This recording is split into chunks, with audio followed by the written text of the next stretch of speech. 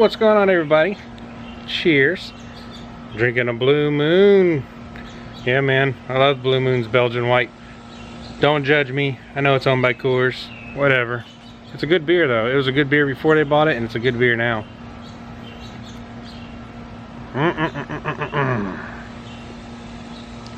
Pretty good stuff, man. It's very refreshing on this hot, humid day here in Houston. So I wanted to talk to you for a minute. I hope everybody survived 4th of July. I know we actually didn't go watch fireworks or anything because my daughter couldn't hang. She was getting tired and cranky and everything. So we just kind of hung out at the house and chilled and watched the new episode of Stranger Things. Stranger Things Season 3. It's a good season. Big fan of Stranger Things. It's on Netflix for those that don't know. If you haven't seen the show Stranger Things, go check that shit out, man. It's a great show. So anyways, this is a little update, brew shed update. Had some guys come out and they put in a crushed granite foundation, and I ordered the shed, and I'll post a picture of the shed right over here for those interested in seeing that. And let's take a look at what they did. We got a level crushed granite foundation. Didn't go with concrete, and I'll tell you why. This is real soft dirt over here. It's real soft over here. It actually, there was a I don't even know where it was. There was a palm tree stump here, and I had them come and grind all the stumps that were on the property, that trees that were removed in the past that previous homeowners just didn't grind them down, but I had them grind them down. But let's get back to this. Yeah, they came out, dug out a lot of dirt, put in this steel border all the way around, and it's staked in pretty good, so it ain't going anywhere. And then they came in and put a ton of this crushed granite in, and it's solid, man. It's real solid.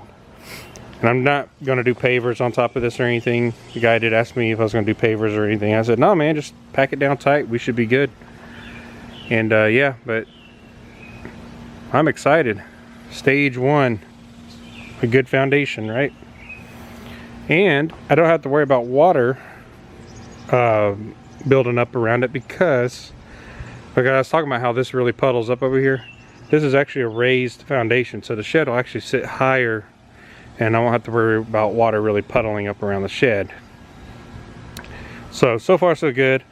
And this little easement this way, this is a utility easement. Actually, it's about 5 feet from the fence's utility, so there's a lot of stuff probably buried there, actually buried all along here.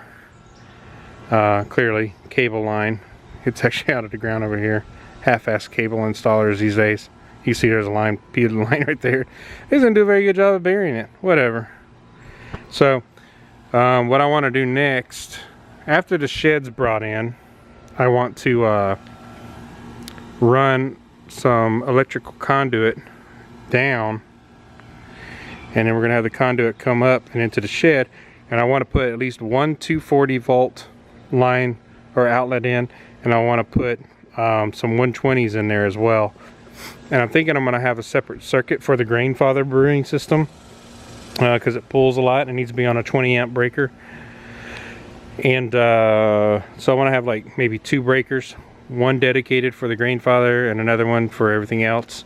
And I also wanted to put the 240 in case I do decide to go with a 240 volt brewing system later on. I'll have that accessibility. And also I want to put like a shop lights, a couple parallel shop lights maybe inside there to brighten things up. But I hope to be doing a lot of my YouTube and brew videos out of the shed. But man, it's very serene out here. I love it.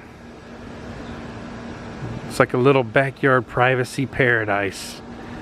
All the trees kind of bring out the privacy. That's another thing I want to do too, is eventually I want to plant a tree here, and then down over there I want to put 1, 2, 3 trees over there to kind of like add more privacy, take all the crap out of the back corner there. Still have the fire pit. I'm actually debating on whether I'm going to take that out or leave it or not. I don't know yet. I do have a stainless steel Yukon Solo Stove brand fire pit that is supposedly, those things put out some incredible heat. But the only thing about stainless steel is stainless steel will rust. That fire pit will never rust. I just got to clean it out periodically and then throw more wood in it. So we'll see. I'm not 100% sold on taking it out yet, but it is a thought. The shed's still going though. I'm definitely getting rid of that shed because I want the rest of this to be like green grass play area for my daughter. And these chairs, these are temporary chairs really. I bought them on a whim. Cheap furniture for now. I can stack these and move them out of the way. That's kind of the nice thing about them. And then I have a couple over here on my little crappy little tiny concrete patio thing. And yeah, this is my patio. This is my patio. Terrible. That's the other thing, is I still plan on putting the deck in right here, have it run out. That sprinkler line is outside where the deck's gonna go, so it'll be spraying out here and only hitting the grass. And the deck will just kind of go out and meet up to the shed and then go over that way. And so it'll be a great entertainment area once we have it all done. But yeah, I just wanted to show you guys what's going on. Also picked up a new picnic table for the backyard. It's an 8-footer, plenty of seating space. That will be on the deck as well. Of course, I'll have to spray all the crap off of it, you know. Some guy here in Spring, Texas area, just outside the Woodlands, he actually builds these. And man, it's all bolts, no nails whatsoever, bolts, screws, and he even reinforced it with some steel underneath.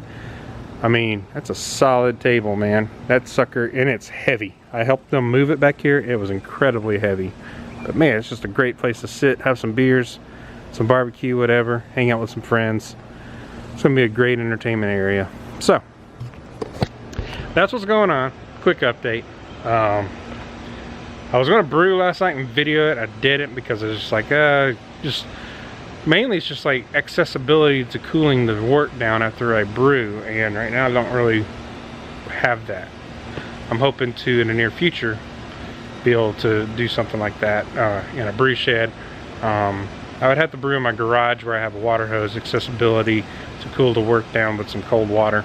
Right now I think the ground temperature of the water is sitting at about 85 degrees. So they don't bury the water lines very deep here. So even after I chill the wort down, I still have to get it cooler down to about the 70-degree range before I can even throw a yeast in the beer, so I don't get any funky off flavors or anything like that. But anyways guys, I just wanted to say hey, brew shed update really. It's coming along. I ordered the shed and it'll be here before we know it, I'm assuming. And yeah, that's all I got for now, so we'll see you soon.